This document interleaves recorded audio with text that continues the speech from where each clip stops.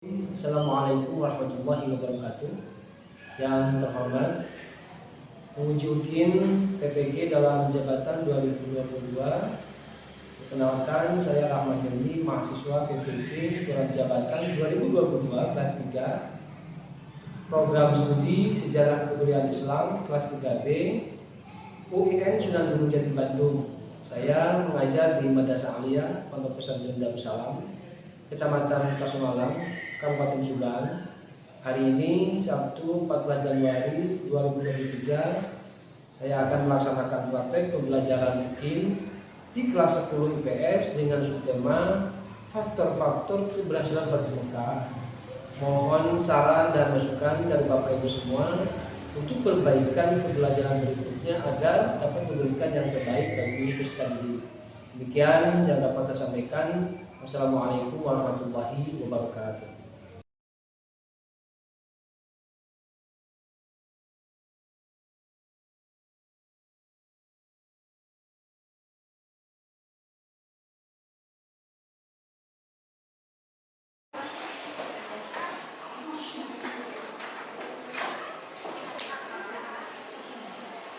Baik, kita mulai ya pelajaran hari ini.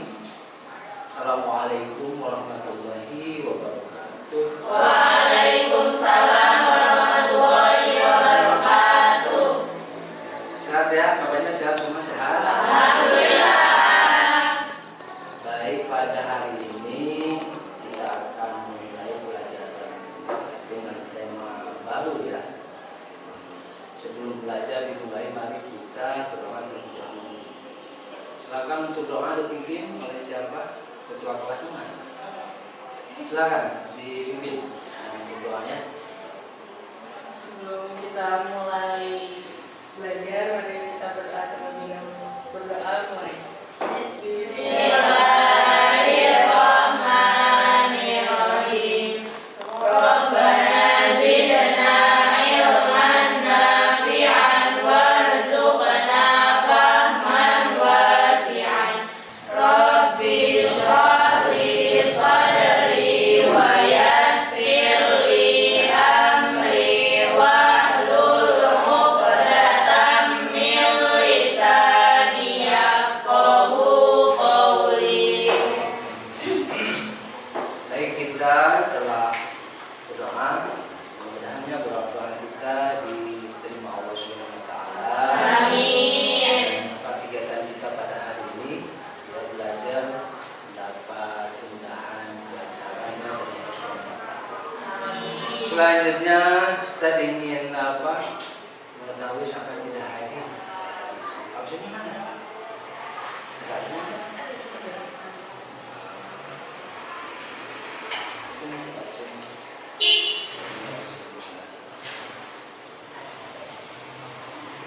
Ini banyak yang tidak hadir ini hari ini.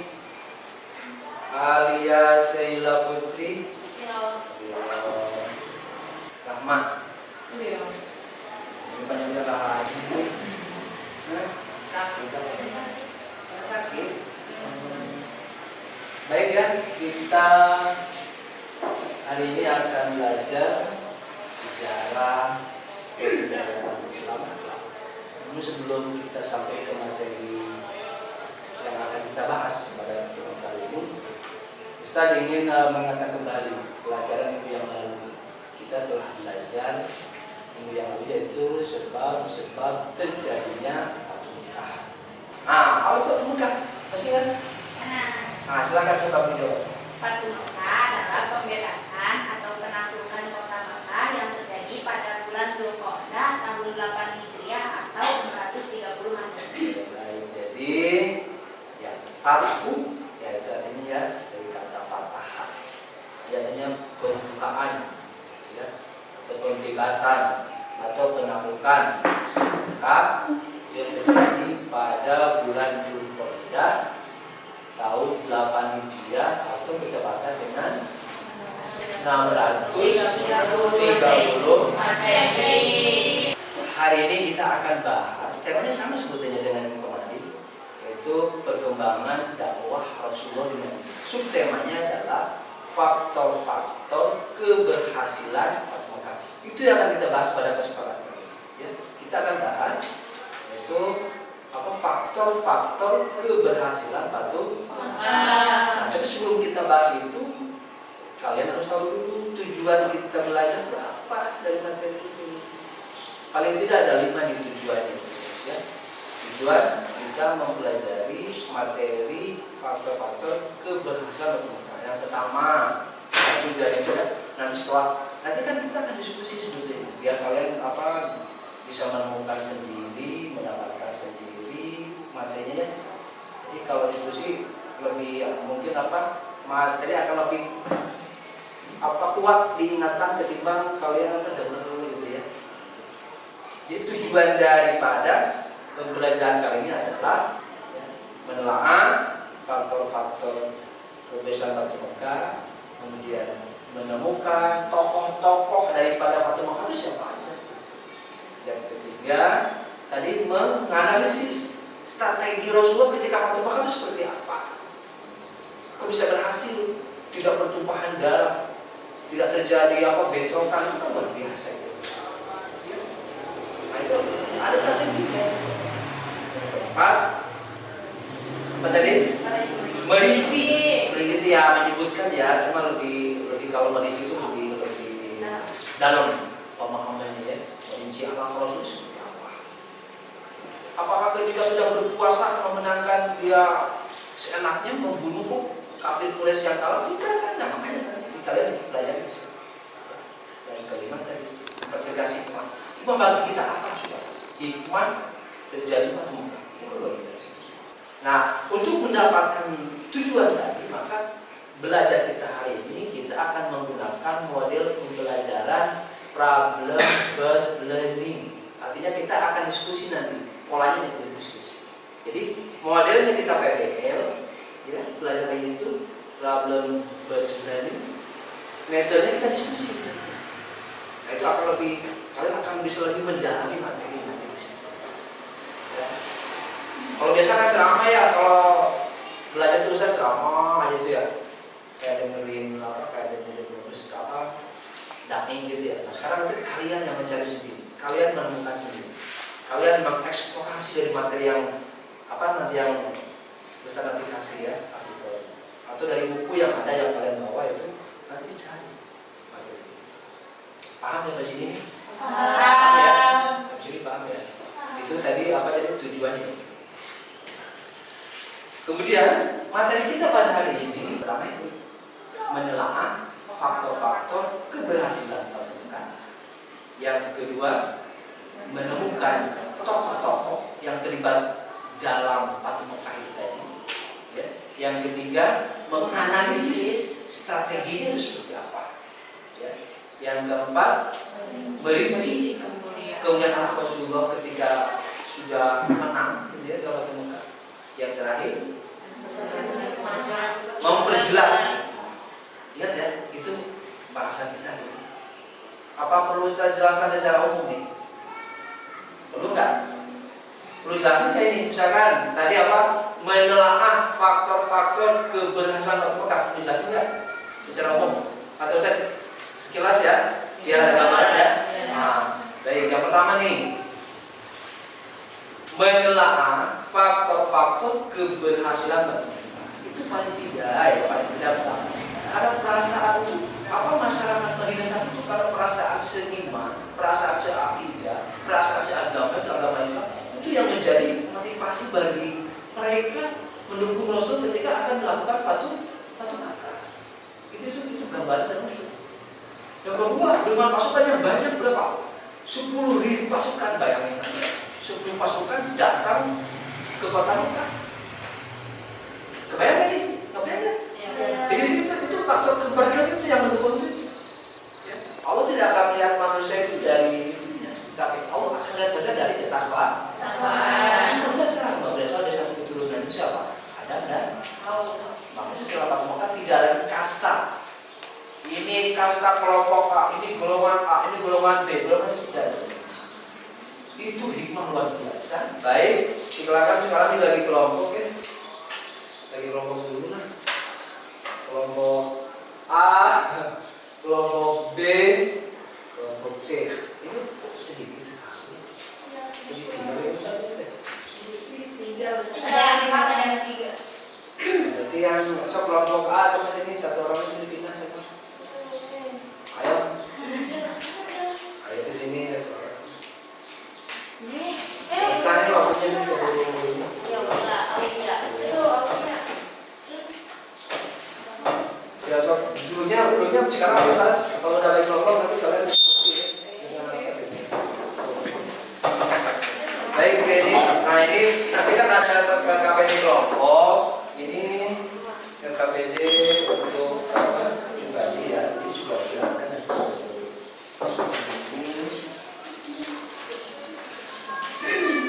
Duduknya berlawan dengan teman-teman. Ini sudah sama KKPD ya. Oke itu ya. Sekarang silakan kalian diskusi. Ini punya siapa? Silakan di situ sudah ada perjanjiannya sudah ada. Yang terisi ya itu apa diisi? Warungnya nama-namanya buatnya siapa?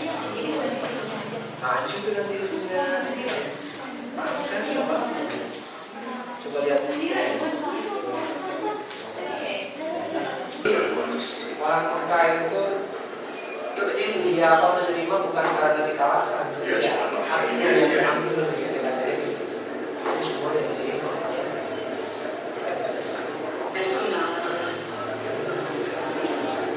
Oke sudah ya. Baik, ini udah videonya itu pokoknya silakan untuk menambah apa namanya imajinasi kalian membuat ini sudah selesai ini semua sudah selesai. Mana lihat? Oh iya. Jadi mana lihat?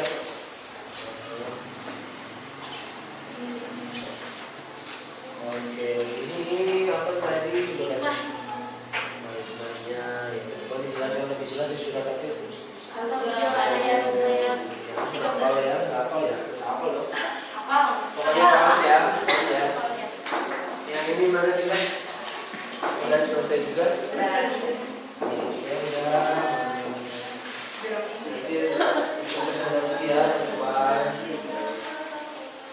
Itu yang menurut saya sebagai itu Pak semua.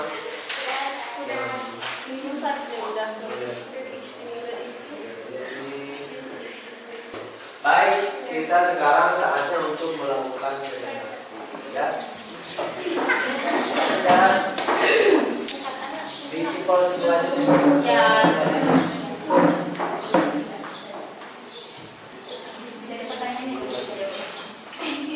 Bismillahirrahmanirrahim. Assalamualaikum warahmatullahi wabarakatuh. Waalaikumsalam warahmatullahi wabarakatuh.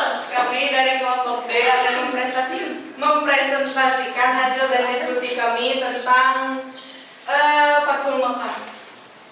Yang pertama, menegaskan faktor-faktor keberhasilan Fathul Makkah. Nomor 1, tidak terlepas dari perasaan seiman, seagama Islam, umat Islam bersatu dalam satu kalimat tauhid, hanya kepada Allah berserah diri. Itu kalimat tauhidnya, umat Islam bersatu dalam kalimat tauhid, hanya kepada Allah berserah diri. Kekuatan yang ada pada waktu itu dengan 1.000 pasukan dari umat Islam, 10.000 pasukan dari umat Islam. Di samping itu, persaudaraan Muhajirin dan Ansor yang sudah semakin mapan karena telah dibina oleh Nabi Muhammad SAW. Selama keduanya tinggal di Madinah, di samping itu beliau melakukan diplomasi dengan memamerkan 10.000 pasukan kepada tokoh Mekah. Yang kedua, menemukan tokoh-tokoh dalam peristiwa Fathul Makkah. Tokoh-tokohnya kaum Quraisy menginginkan agar perjanjian tersebut diperpanjang selama 10 tahun. Abu Sufyan, yang pertama tokohnya Abu Sufyan sebagai pemimpin mereka dan sebagai orang yang bijaksana di kalangan mereka, kini berangkat menuju Madinah. Ummu Habibah, istri Nabi Sallallahu Alaihi Wasallam. Yang ketiga Abu Bakar, yang keempat Umar bin Khattab, terus Ali bin Abi Thalib dan Fatimah. Yang ketiga, menganalisis strategi Fathul Makkah. Saat itu Zubair bin Awam memimpin pasukan pada sayap kiri dan memasuki Mekah dari sebelah utara. Khalid bin Walid berada pada posisi kanan dan diperintahkan supaya memasuki Mekah dari jurusan bawah. Sa'ad bin Ubadah yang memimpin orang Madinah supaya memasuki Mekah dari sebelah barat. Sedang Abu Ubaidah bin Al-Jarrah ditempatkan ke dalam barisan muhajirin dan bersama-sama memasuki Mekah dari bagian atas di kaki gunung. Terima kasih, mungkin cukup sekian. Wassalamualaikum warahmatullahi wabarakatuh. Baik ya, kita sudah mampir di ujung kegiatan. Ini terakhir sebelum kita kesimpulan ada evaluasi ya. Setelah tadi ada 5 soal PG dikerjakannya, bentar ya. 3 menit lah, selesai 3 menit juga.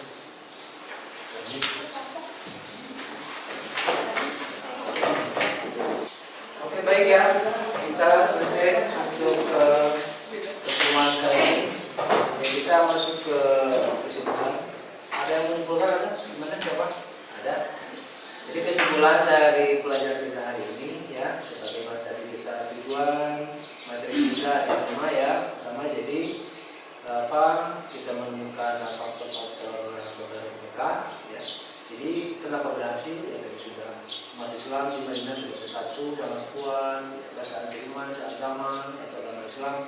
Kemudian dengan pasukan yang begitu mereka masuk kota Madinah, yang masuk kota Makkah tadi ya, tidak ada perlawanan, tidak ada pertumpahan darah. Kemudian kita menemukan apa tokohnya ya, tokoh ada tokoh apa, tokoh Islam ada Nabi Muhammad, ada siapa lagi, Abu Bakar, Umar, Utsman, Ali, ada pemimpin pasukan tadi ya. Dan tokoh kapitulinya ada terkenal itu Abu Sufyan, itu yang selalu memerangi umat Islam. Jadi paling tidak kamu tahu lah itu beberapa tokoh-tokoh sejarah atau bukan. Ya. Kemudian yang ketiga menganalisis strategi dari keberhasilan, strategi Rasul tadi itu. Kota Mekah bagi pasukan menjadi 4. Kemudian yang keempat, bagaimana Rasulullah ketika sudah berhasil menjadi jadi seorang manusia yang penuh dengan maaf, kemudian memisahkan orang-orang Mekah untuk kembali ke rumahnya dengan damai, dengan tenang, tidak ada hukuman apapun. Itu kan luar biasa ya. Jiwa beliau sudah jiwa yang kalau misalnya jiwa yang sudah tidak terpengaruh lagi oleh urusan duniawi, itu kan luar biasa. Terakhir hikmahnya tadi ya, hikmah bagi Mekah. Jadi kembali ke Mekah, ke pangkuan umat Islam, menjadi pusat pekerjaan umat Islam, menjadi pusat keagamaan umat Islam, menjadi tempat ritual ibadah. Sampai hari ini kita merasakan itu. Kalau ya tadi ada awal, kalau tidak ada Mekah seperti apa kita? Mungkin masih ada patung berhala itu luar biasa. Mana kita ibadah? Atau Islam apakah akan ada sekarang atau tidak? Gitu ya. Nah, pemahaman tinggal beratkom ya. Yang kalau lihat bukan cantiknya, bukan gagahnya, bukan hartanya, bukan kekayaannya, bukan kedudukannya, tapi takwanya yang Allah lihat dari manusia. Nah, itulah mungkin kesimpulan dari pelajaran kita hari ini. Mudah-mudahan kalian tambah semangat untuk minggu depan ya. Kita akan masuk ke materi yang sumber yang baru. Kita akan mempelajari haji baru. Ya insyaallah ya. Kalian tetap semangat, tetap diberi kesehatan. Mudah-mudahan pelajaran kita hari ini ada manfaatnya. Ya. Ada yang didapatkan, tidak hanya dengan Ustaz aja, tidak ada yang didapatkan karena kita cari sendiri. Oke saja kita bisa belajar ini. Nasunullah wa barik wa barik mu'minin billahi taufiq wal hidayah. Wassalamualaikum warahmatullahi wabarakatuh.